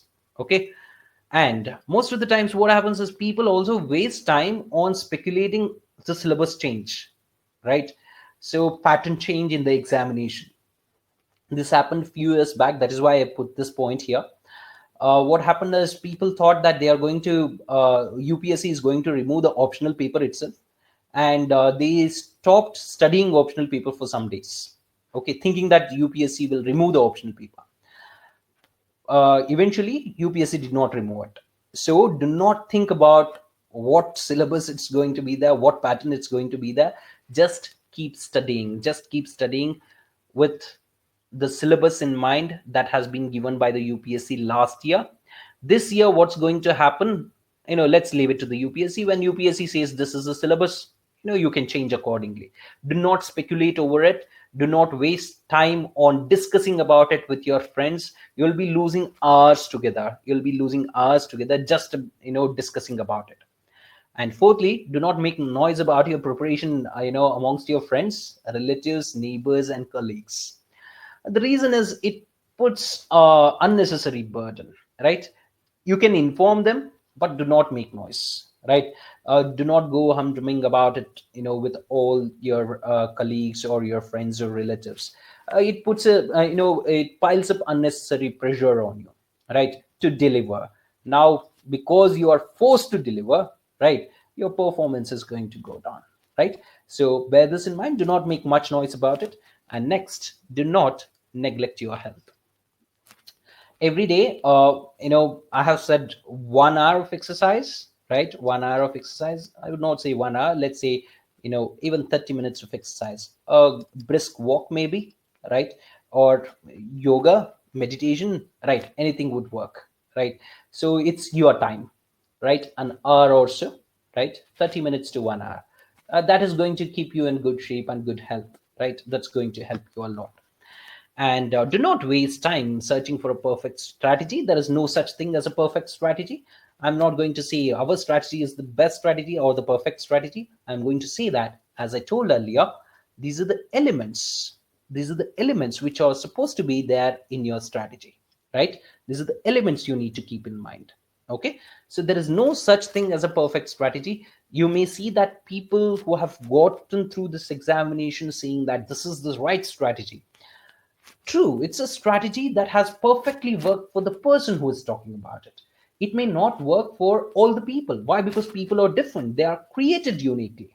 Is it not? So do not, search for a perfect strategy. Look into yourself, your strengths and weaknesses accordingly. With all these elements in place, you come up with your own strategy. Okay. So start with where you are right now. If you're saying that I don't know anything about this examination, anything at all, zero knowledge about this examination, you have to start, right? You have to start to reach somewhere, is it not? You're going to certainly improve. You're going to, go to a new place if you start now. If you're not going to start, you're not going to go anywhere, right? Cribbing about, I don't know anything, I have not started it. Instead of cribbing about it, start now, right? You're going to see yourself somewhere at a different place after some time. So strategy is a subjective term, right? And that is why everyone has their own. Do not go in search of a perfect strategy ever. All right. Next, revision. How is your revision going to be? So you have to study, make notes, use mind maps, right? Create your own mind maps, understand the concepts, get your doubts clarified right away, revise, and test yourself, right? Test yourself, take the test and see where you stand. Okay. Now, when it comes to the revision, what is the optimal strategy for revision? Always remember, spaced reading is very, very important. Say, for example, I taught you something today in the class. Okay. You're not supposed to sit today and study the same topic 10 times, right? That's not considered proper revision. Study it twice today, give it a break of 10 days, and take up the book again and study the same topic again, right? So if you do such revision 4 times, right, with space, it is going to stay in your brain. It is going to get retained in your brain for a much, much longer time as compared to studying the same topic 10 times in a single day. So spaced reading is very, very important when it comes to revision. Secondly, elaborative rehearsals. What are elaborative rehearsals? Whenever you study a topic, whenever you study a topic, give context to the topic. Without context, you cannot retain the topic in your brain. Give context. Why this is in news? How is it related to my subject? Right? How is it related to the subject? How is it related to this particular topic? Why is this happening? Give context. Elaborative rehearsal. You have to study any topic a bit elaborately, right? Know how, where, and when of the topic. Okay? How, where, when, and why of the topic. That would help you to retain it in the long-term memory. Do not study like, this particular a river flows from here to here. No, that's not it. You have to give the context. Why is it flowing in this direction itself, right? These are the types of questions UPSC asks. Why is this flowing in this direction? Why cannot it take a turn somewhere else? Why is it taking a turn here itself, right, in this particular location? So these are the things you are supposed to ingrain even as you study. And finally, about revisions, maybe it has worked for you so far. Rote memorizing, it is not going to work anymore. It's not going to work anymore at all, right? If you try to rote memorize, maybe it is going to stay back in your brain for 5 days, 10 days. The moment you pick up another topic, it's gone. Okay. When you have limited amount to study, rote memorization technique works. But when you have so much to study, it's not going to work. What helps you a lot is this part. Study, make notes, use mind maps, understand the concepts, clarify your doubts, revise, test. Trust me, despite you memorizing almost everything in a subject, right, you'll not be able to recall most of the parts just after you take up another subject and study that subject wholly, right? You have to understand the concepts, understand it, and leave it there. Don't try to recall it for almost a month. Again, if you try to recall it, you are going to recall almost everything about it if you have understood the concept. Okay? Do not ever go for rote memorizing. It's not going to work at all for this examination. All right? Next. To keep yourself motivated, I have put across some books here, right? So, and what remains in the end, written by Robin Sharma. It's a very good read, right? It gives you, some insights into how the bureaucracy works, and then Journeys Through Bobudam and Netherland, right? TSR Subramaniam, again a very good read related to how the bureaucrats work. A Bureaucrat Fights Back, Pradeep Baijal. Again, the lessons from the practical lessons from the life of a bureaucrat. And this one is my personal favorite. Bureaucracy Gets Crazier, MK Kaur. It's an outstanding book, right? And then Becoming a Civil Servant. This is by Abhay K. It's by an IFS officer, Indian Foreign Service officer. It gives you a sneak peek into how the life of an IFS officer will be, right? Foreign Service officer, how it will be. It gives you a sneak peek. It's a wonderful read as well, right? So these books and TED Talks sometimes, right? These books you can buy, keep that. Whenever you feel like you're a bit low, these can serve as a pill for you to get motivated a bit, right? This is where you're supposed to find the motivation, not from people, right, who have not been in this examination field. Okay, next. Finally, the best rule of the preparation is whether you like it or not, you have to study, right? There is no shortcut for it. You like it or not, you have to study. You have to study.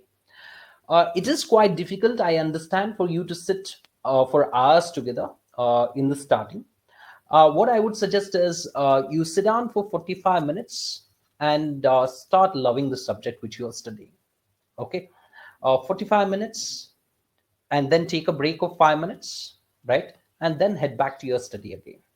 Okay, so 45 minutes, 5 minute break, again back to studies. It should not be the other way around. 5 minutes study and 45 minutes break. It's not, it should never be like that. Okay, so it is going to take time. Remember, 2.5 hours of class, let's say 2.5 hours or 2 hours of class.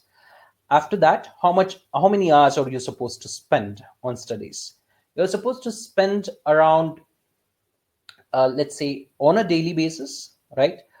You're supposed to spend somewhere around 5 to 6 hours of time, right? 5 to 6 hours. If you're a fast reader, right? If you're a fast reader, I would say 4.5 hours would suffice. Okay, so if you already have practice of studying, if you are still in touch with studies, right, I would say 4.5 hours apart from the class hours. This would suffice. 5 to 6 hours. This is the time you are supposed to dedicate if you are not taking breaks at all, right? Not taking breaks at all in your entire preparation for the next 18 months. When I say no breaks at all, per week, 1 day. 1 day break is allowed. 1 day break per week. But this 1 day, you are supposed to cover current affairs at least. Just the current affairs on that day. No class, nothing, just the current affairs on that 1 day break as well. If this is the case, you can go for 5 to 6 hours per day, 4.5 to 6 hours per day, apart from the class. Okay. So whether you like it or not, you're supposed to study, right? That's the only shortcut you have. Rather than a shortcut, it's a long route, but it's going to be a wonderful journey provided you start loving the subjects, right? You're supposed to love the subjects. They are going to love you back. So that's about it. If you guys have any further queries, you can ask me right away there in the text box there, conversation box there. Or if you want the mic access, I can give you the mic access as well, right? So do you want the mic access, or do you have any further queries to ask? Anything?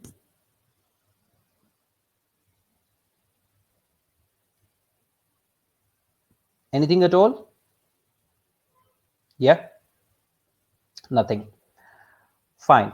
What about professionals? When it comes to the professionals, even for the professionals, I would say you should be able to dedicate at least 4 hours of your time on a daily basis. 4 hours of your time on a daily basis. You can cheat, right? You can cheat a bit. Where? At workplace, right? At workplace. Steal some time. Steal 1 hour maybe at workplace, right? From the workplace, you can steal 1 hour and cover current affairs there itself. And once you head back home, right, current affairs you're going to get in the PDF, right? Current affairs you're going to get in the PDF. Try to cover the current affairs at the workplace itself. So you'll have another 3 hours which you need to cater to once you get back from work. Okay. For current affairs, what should you cover? And what about public administration optional? Public administration optional is fine. It's wonderful. It's highly dynamic in nature. That's what I would like to say. Your current affairs should be on your fingertips when it comes to public administration. So for current affairs, what you need to cover? For current affairs, you are supposed to cover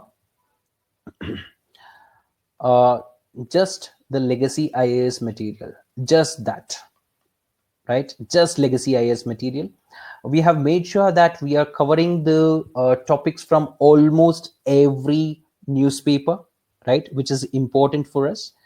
And also we are making sure that analysis of every topic is given, and we are not mincing the pages. In the sense, most of the times the problem is people try to give less amount of pages in order to make it more appealing. We never do that. Our current affairs run into almost 220 to 230, 240 pages every month, which means we are covering almost every topic in detail. So sticking to our current affairs would more than suffice, right? We cover everything that's required for the examination, right? Do not look here and there and waste your time. Okay, next. Yeah, I have completed my master's in mathematics. Would you suggest it as an optional? Krutik, what I would like to say is, when it comes to mathematics as an optional, you have to bear it in mind. You're going to get the scores as ones and zeros, right? Your scores will be in ones and zeros, binary scoring. So you're going to come out with flying colors, right? Flying colors, or you'll nowhere be in the list. The problem is, out of 500 in the optional, okay, a person who has chosen literature as an optional, or for that matter, social sciences as an optional, that is your psychology, public administration, geography, these subjects as an optional, this person is going to score at least 240, at least 240, okay, both papers put together. And the maximum he can score will be somewhere in the range of 370. This is the range for these subjects. But for the science subjects, which includes your math, for science subjects, you're going to either score somewhere around 380, 370. That's the maximum score, and the minimum score can be as low as 110. Okay, so the range is very much, that is, you have the option of scoring very less or very high, right? Which means your rank will be either in the top 200 or nowhere. On the other hand, a person who has chosen these as an optional, he can range from rank 1 till the last rank. Okay, he can range from rank 1 till the last rank. You're supposed to choose an optional starting from the month of October, right? Started from October. Okay, next. Yeah, what about medical science as an optional? Medical science again falls into the sciences, but if you have done your graduation there, that is your, if you have done your MBBS there, I don't think it should be a problem for you, right? Divya James, I don't think it should be a problem for you at all. Okay, again, go through the question paper, see if you are comfortable with the questions. Okay, you should first go through the papers. Even Krutik, go through the question paper only if you feel comfortable and if you are able to find a mentor, right? Whenever you have a doubt, you should have a mentor around to help you out to resolve that problem, right? So only then you choose that as an optional. Otherwise it is going to be a bit difficult. So is there any particular technique to read the daily analysis of current affairs sent by the institute? What has to be retained and what are the things we can just read and not worry about? Because there's a lot of information to process every day. As I told you, do not worry about it now, right? Trust me when I say this.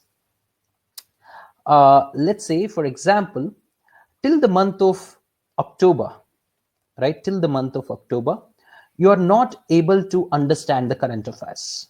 What you do is, till the month of October, focus only on the fundamentals. Do not try to, understand the current affairs. Study only the fundamentals. Once your fundamentals are done, now take up the current affairs starting from the month of, May, June. From the month of June, you take up the current affairs. In the month of October, dedicate only around 4 to 5 days for every month of current affairs. You will be able to cover it, right? You will be able to cover it in just 4 to 5 days, provided your fundamentals are strong. If you try to cover the current affairs now, you will not be able to. Why? Because you do not know the fundamentals properly. Once the fundamentals are done, You yourself will understand what to study and what not to study quite easily. Okay. Next, uh, management optional is fine. I have done my master's in management. Yes, of course, management is fine as well. Compared to your science subjects, management is fine. Compared to science, management is fine, right? However, as I told you, if you find any difficulty in understanding these subjects, let's say, for example, you take management, there should be a mentor around to resolve your issues. Okay. If you're able to find a mentor, yes, go ahead with the optional you have in mind. Next, you have to choose your optional in the month of September, right? You have to choose your optional in the month of September. You have to give your names in the month of September. For optional paper 2, which all subjects we have to choose? See, as I told you, there is going to be only one optional, right? So optional, there is going to be one optional, right? In optional itself, you have two papers, paper 1 and paper 2. Paper 1 will be theory part, and the paper 2 will be mostly application of the theory. You're going to choose only one optional paper, only one. There are no two papers, only one optional. Okay. uh, so you're supposed to start the optional preparation from the month of October. From the month of October, I felt that the other CA sources were better than legacy. Can we stick to that? Yes, of course, you can stick to that. What I'm trying to say is the coverage, right? When it comes to the coverage, right?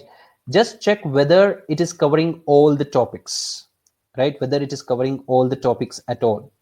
If you're not able to see the coverage of all the topics, right, so better you go for what, you go for two sources. That is, you have the source of some other institute X, and you have the source as legacy, right? So what you do is you cover almost every topic from here, and whatever topics are left out, you can cover it from legacy, right? So this is generally how most of the people do as well. Okay. So ours is extensive. We have too much information put in there just because we do not want to leave any room for, any room for UPSC to ask questions. Okay. So PPT, which is discussed. Yes, I'm going to provide the PPT. I'm going to send across the PPT. Okay, paper 2, the language paper. That is, yeah, that we did not discuss. Two mandatory papers, two compulsory papers you have, right? Two compulsory papers. One is going to be English, and the other paper is going to be your regional language. This is your mains examination, right? This is your mains examination. Yeah. I'll tell you which are the optionals we provide. So two compulsory papers, English and regional language or mother tongue. So English, 300 marks, regional language, 300 marks. All you need to score is 75 in each of these, right? All you need to score is 75 in each of these. These are only qualifying in nature, right? Qualifying in nature. And when it comes to the mother tongue subjects, we are talking about mother tongue languages. We are talking about all the languages which are there in India, which are mentioned in the schedule 7 of the Constitution, right? Which are mentioned in the schedule 7 of the Constitution. So you have all the subjects, all the languages, Gujarati, Telugu, Malayalam, Tamil, Hindi, right? Manipuri, Odissi, and then you have Punjabi, everything, all which are there in schedule 7. Okay. So you just have to score 75 out of it. Okay. You have almost all the languages there, which are mainstream languages. So uh, Kannada literature is a very huge subject. Is that true for optional? Yeah, just before that, what are the optional subjects we offer? We offer only the optionals which are a bit high scoring and which are safe, so as to say. We offer psychology, public administration, and then we offer political science, and then we offer anthropology and sociology. These are the ones we offer. Yeah. Next is people say Kannada literature is very huge subject. Actually, the literature subjects, right? The literature subjects, you have two papers in literature subjects as well. That is Part A and Part B, right? So in the Part A, that is paper one, you generally have stuff related to your grammar, right? Stuff related to grammar, and then stuff related to your mimamsa, we call it, right? And most of the stuff which is theoretical in nature, Part A. And Part B is where things get a bit very interesting. You have novels here. Most of the times you have novels in Part B, analysis of novels. Part A is more about theory, the trends in the language development, history of that language or literature, all that stuff you have in Part A. Part B is about novels. So this is the part which is going to be huge for you. This is going to be huge but interesting. That's what I can say. What is the trend of optional that usually engineers choose? Usually the engineers choose social sciences, right? Most of the engineers choose social sciences. Social sciences, in the sense you have anthropology, psychology, philosophy, and many other subjects which fall into the social sciences stream. They do not choose engineering.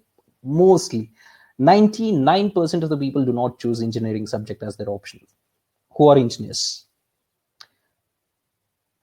Is the regional language subject compulsory? Of course, yes. As I told you, the regional language subject is compulsory. It's compulsory. Look at this. You have 300 marks to attempt for, and you have to score just 75. This will not be added to your merit. Okay. Law, it's a high scoring subject, provided you have some help, you get some help from people, right? If you're getting help from a mentor, yes, of course it would be high scoring. At the end of the day, when it comes to the optional, all that matters is whether you have the interest and whether you have a mentor to course correct you whenever you have a problem. Okay. Yeah. Sir, are there mentors available for language papers, or are we on our own for that? If available, what are the languages for which the mentors will be available? We can assist you in Hindi. Hindi assistance will be given. That is for the language paper we are talking about. That is your compulsory paper. Kannada assistance will be given. Telugu assistance will be given. Right? And yeah. Tamil, to an extent, assistance will be given, right? And trust me, it's not going to be grammar and everything in this particular paper. It's going to be really easy. It's going to be really easy. It's just that you should not be making spelling mistakes. Don't make spelling mistakes, right? Don't make spelling mistakes. That's about it. So about this, we are going to talk in detail in a particular, we are going to take a separate class as to how to deal with this particular paper. Okay. Don't worry too much about it, right? Focus on general studies for now. All right. Yeah. Is there anything else you want to ask?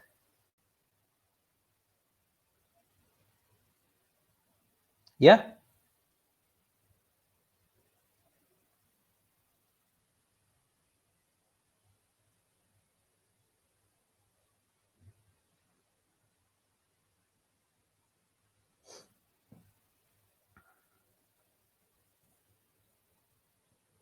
Nothing as of now. Great.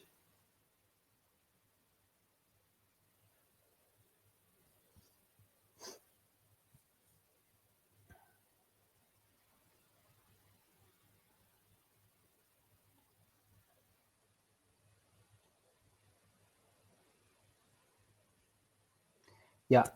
Thank you very much. Okay. Hope you enjoyed the session. I'm going to make sure I'm going to send across everything related to this particular session, right? I'm going to send across this presentation. Go through the presentation, make a list of the books, right? Make a list of the books.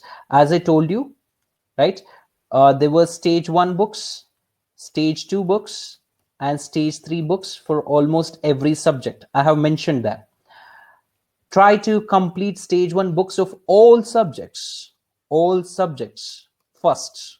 Stage 1 of all subjects first, then only go to the stage 2 of other subjects. First stage 1 of all the subjects, then only go for stage 2 subjects, right? So how do we cover NCRTs? NCRTs coverage, mere reading would suffice. Just go through the NCRTs, keep reading them. NCRTs, almost all the subjects. What we are going to do is, in the class, we are going to tell you which are the topics you are supposed to cover from the NCRTs. We are going to do it, right? We are going to take the classes in relation to NCRTs as well. We are going to cover the topics which are there in the NCRTs. At the same time, we are going to tell you what not to study in NCRTs, right? What not to study in NCRTs. Subject specific lecturer or the tutor is going to tell you, right? So next, very helpful for a beginner like me. Oh, okay, thank you. And where do I get the recorded classes? Here itself, right? Here itself, in the sense, on this platform itself. You can, if you find it difficult to find this session, right? Just message on the official number. He's going to help you out. Okay. So if you ask me, it's pretty simple. In the layout, right? In the layout, you have the tab here, right? You have the breadcrumbs here. Click on it. You're going to see live classes, right? Live classes option. Just click on it. Just click on it, and you're going to find the upcoming classes here, and one more is past, right? Click on the past. You're going to see the classes here. This is one way of looking at it. The other way is go to the courses. In the courses, choose the particular course, right? Choose a particular course you are enrolled for.